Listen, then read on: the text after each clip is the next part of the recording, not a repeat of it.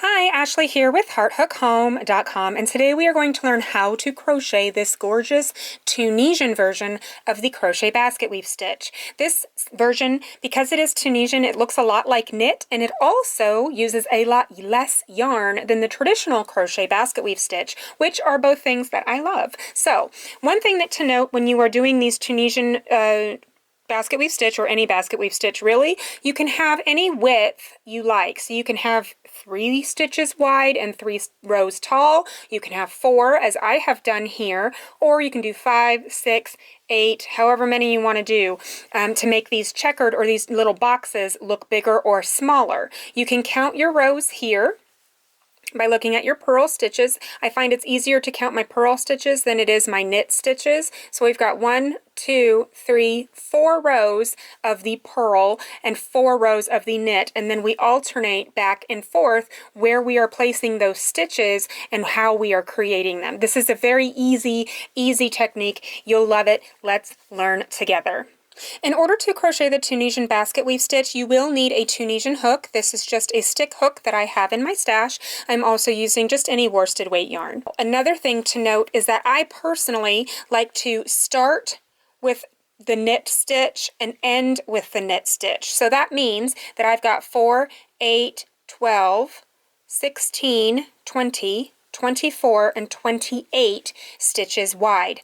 Now you also need an outside stitch on the left and an outside stitch on the right. So the stitch multiple for this, if you are going to do 4 stitches in each box like I am doing, you'll need to have 4 times however many boxes you want it to have. So this is 7. 1, 2, 3, 4, 5, 6, 7. So 4 times 7 is 28, and then 1 for each side. So I'm started this one with a chain of 30. If I wanted to do that differently, like here, I'm going to only, for this video purpose, I'm only going to do 3 of these blocks wide. And then I will need 4, 8, 12. Plus 1 on the end, plus 1 on the end. So I will start with a chain of 14. So now that I've got my chain of 14, I am ready to do my very first foundation row of Tunisian crochet, which is almost always going to be a Tunisian simple row. So as you can see, I've turned my work over. I'm going to be looking at the back bar. I'm not going to go into this very first one here, but in this next one here, I'm going to pick up a loop, just like this. And I'm going to continue picking up these loops all the way across. So now that I have picked up all of these loops onto my hook, I am ready to knock them off one by one. So just like with most other Tunisian crochet, you're going to do a regular return pass, which means that you're going to do a chain 1, and then you're going to do a yarn over and pull through two loops all the way until you get to the end. So yarn over, go through 2, yarn over, go through 2, yarn over, go through 2. So now I have my first foundation row of Tunisian crochet, and this is the Tunisian simple stitch, worked just like any other Tunisian crochet stitch. So in order to make this basket weave, you need to know how to make Tunisian knit and Tunisian purl. So since I want to start with a block of 4 knit stitches, I'm going to go into this first here with a knit stitch. I'm going to go straight on through, pull up a loop. Straight on through, pull up a loop. Straight on through, pull up a loop. And we're going to do this until I've done this 4 times. Okay, so those are 4 knit stitches. You don't count the one that's left on your hook. 1, 2, 3, 4. Now we're going to do 4 purl stitches. With purl stitches, you come from the back side, go into the first, or that top vertical bar only, rotate it to the back and pull it through.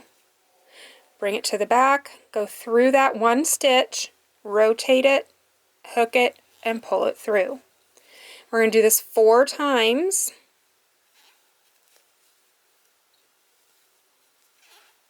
And then we're going to do 4 knit stitches again. So you're just alternating 4, 4, 4, 4. So I'm going to go straight right on through this one, pull up a loop, 1, 2, 3, and 4. And now we have our outside stitch, so I'm going to go through the V on the outside of this stitch here, those 2 loops on the outside, and pull up a loop. And now we are ready to do our chain 1, and then yarn over, pull through 2, yarn over, pull through 2, all the way to the end of the row. So since we are doing our blocks 4 wide, we need to have them 4 rows tall. So I'm going to do exactly what I just did 3 more times so that I have 4 in a row. Here I have 4 rows of the Tunisian basket weave stitch. Doesn't that look nice? Now we are going to alternate with how we do these blocks. So since we started with 4 knit, 4 purl, 4 knit, now we're going to do 4 purl, 4 knit, 4 purl. So we're just alternating how we build these blocks on top of each other. So now in these first 4 stitches that I've got here, I'm going to do a purl in each of these 4. Now that I've got those 4 purls on my hook, I'm going to do a knit in each of these 4 purls. There's 4 knits in there, so now I'm going to do 4 purls in the last 4 knits here. And when I get to the end, I still need to go into my outside stitch here, so I'm going to pull this loop up right here. And that is the last stitch of my row. Now I'm ready to do my return pass, which I do just like normal, like I've been doing this whole time. So now that I've got 1 row, I'm ready to do 3 more rows, and then I'll go back to the knit stitch like I've done. Now that I've done my 4 rows of these alternating boxes, I'm ready to start again with the knit. So I'll have 4 knit here, 4 purl here, and 4 knit here. And that is all you're doing. You're just alternating where you place your knit stitches and where you place your purl stitches so that you create these beautiful textured boxes. Isn't this gorgeous? I'm going to do 4 more rows and then we'll finish off together. So now I have a square that is 12 stitches wide and 12 rows tall. I've done 4 by 4 for each block that I've created, and I am now going to fasten off. How we're going to fasten off is just like you do with regular Tunisian crochet. I do a Tunisian simple slip stitch. So I'm going into this first vertical bar only, and I'm going to slip stitch. Next vertical bar and slip stitch.